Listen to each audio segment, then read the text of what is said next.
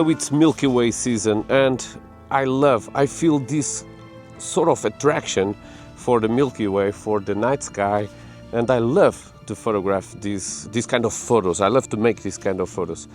So here I am today in Montezino National Park, in the top of Montezino National Park.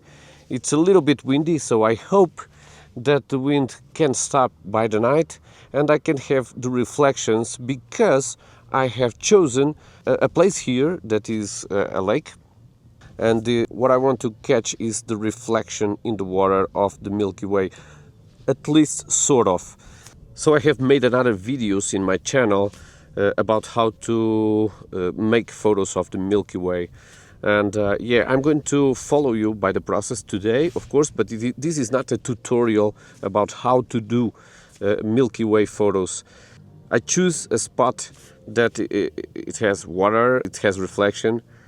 Unfortunately, I'm going to have a little bit of light pollution because the Milky Way is in a direct line to a city, and I have that glow of light pollution in the sky. But well, it's not perfect, but it's good. So now it's we are almost at the sunset. It's a little bit wind, as I told you, and I hope this stop. But I'm going to take advantage of being here to have my meal, to have my coffee, and to make some landscape photos also with my analog camera. This is a beautiful spot. I have a good film here in the camera, and a Kodak Gold. And let's see what nature can give us.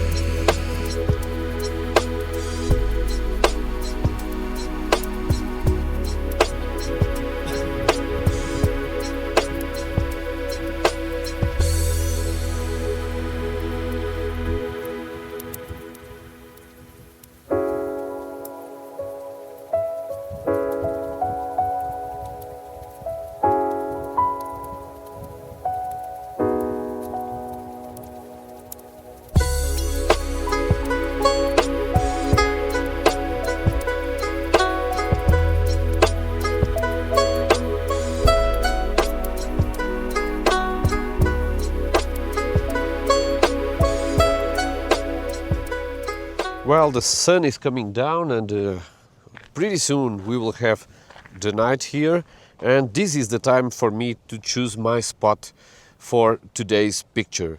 So it's very important for you to choose the spot before getting dark. Otherwise, you won't see anything and it will be harder to compose.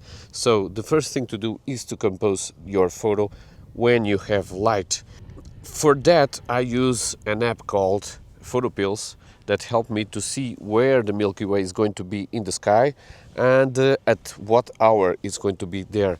That can help you a lot to program your shot and to compose your shot properly. So I'm going to turn the camera to the other part for you to see.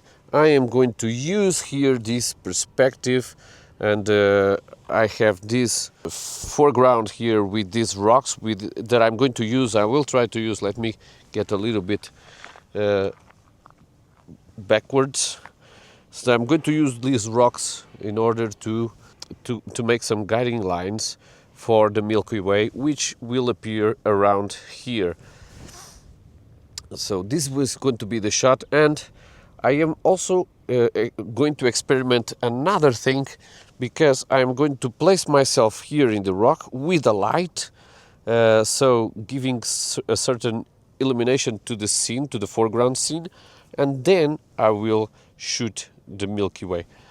Another thing important to consider is that when you do this kind of photos of the Milky Way, well, you can do it with two techniques. One technique is to use one photo only, and you make the one photo, you make the photo of the Milky Way and make the photo of the foreground in the same photo. So for that you will need a very luminous lens, around 1.2, 1.4, 1.8 maximum for me. Otherwise it won't work.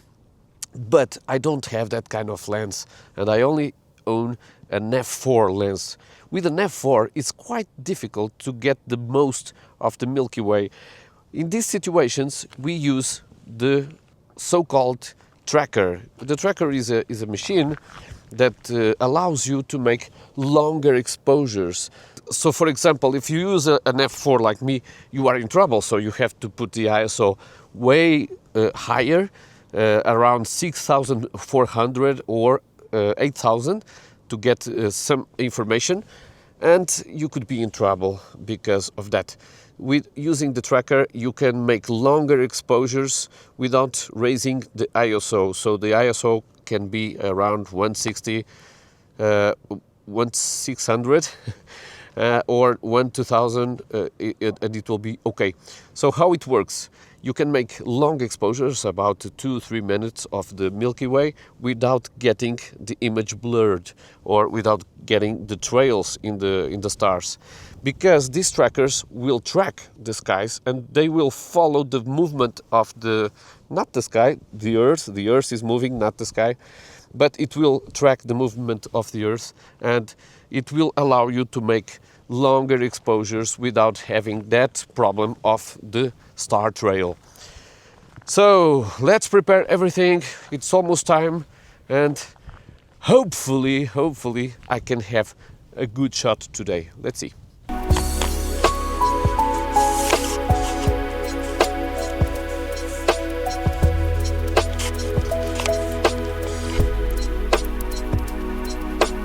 Well, it's getting cold here, so I had to dress this jacket. Let's prepare things. Did I mention that I am in the land of wolves? Yes, there are wolves here, and I am right in the middle of a place where they used to come and to drink water, especially in these summer days. So let's see if I don't have a big surprise here. This is the tracker that I use to make the tracking. This is the MESM tracker, but maybe I'm in trouble because I didn't bring with me the viewfinder to reach Polaris and to calibrate this MESM, because you need to calibrate it with the Polaris in order for him to know which rotation it will need to have to track the stars. And I forgot it. Well, now it's a matter of time.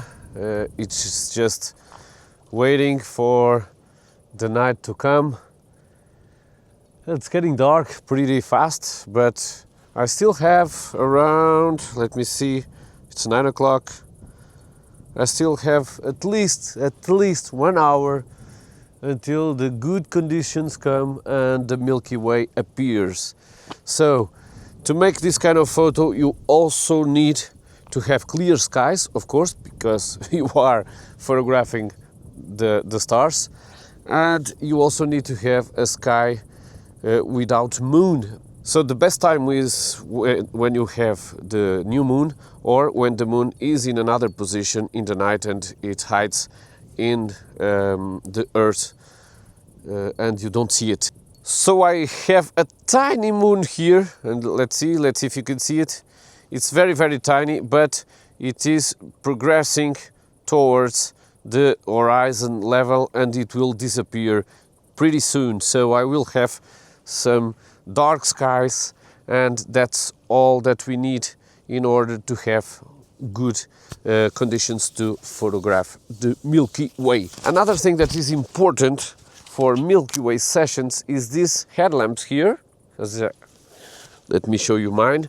These headlamps here, it will be very important because it will be completely dark here and you don't see anything. So you need to have a source of light in order for you to see something. But it's very important also that you have these red light lanterns here, because this red light will allow you to see in the dark without confusing your eyes, and so you will be able to see perfectly clear the Milky Way, the stars, which is a thing that you cannot do if you open up these lights. And if you do it, you need to just take the time for your eyes to adapt to the darkness. I can't wait to start. Oh, and another thing, I'm going to use this lantern here to make my photo of the foreground. So it's a very cheap lantern, about €4, and yeah, it will do it.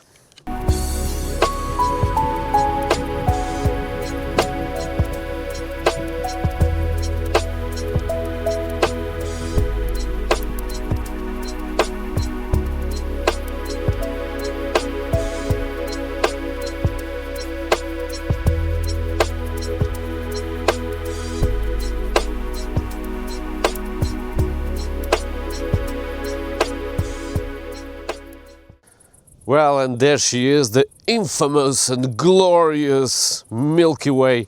It appears in the sky with all her glory, and she is just right here in my back. So of course you cannot see it because of the clarity of the light, but I am taking the first photo now, and I will show you in a moment, how it goes.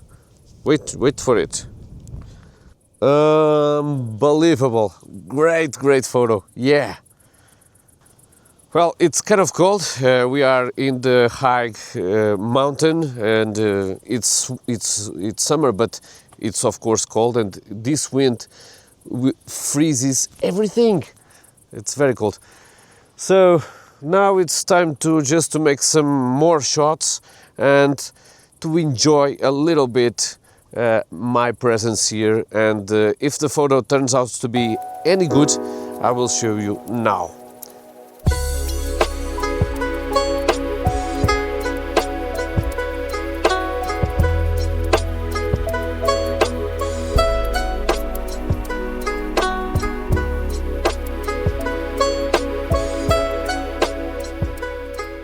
Okay, so that's it for today's video. I could get great photos of the Milky Way. It's always a pleasure to come to the field and to be out here to make some photos and spending some special time, some great time, quality time in the field. I hope you liked this video, and if you did, please give me a like and subscribe the channel if it is for your best interest. So thank you very much for your support, and see you on my next video. Till there.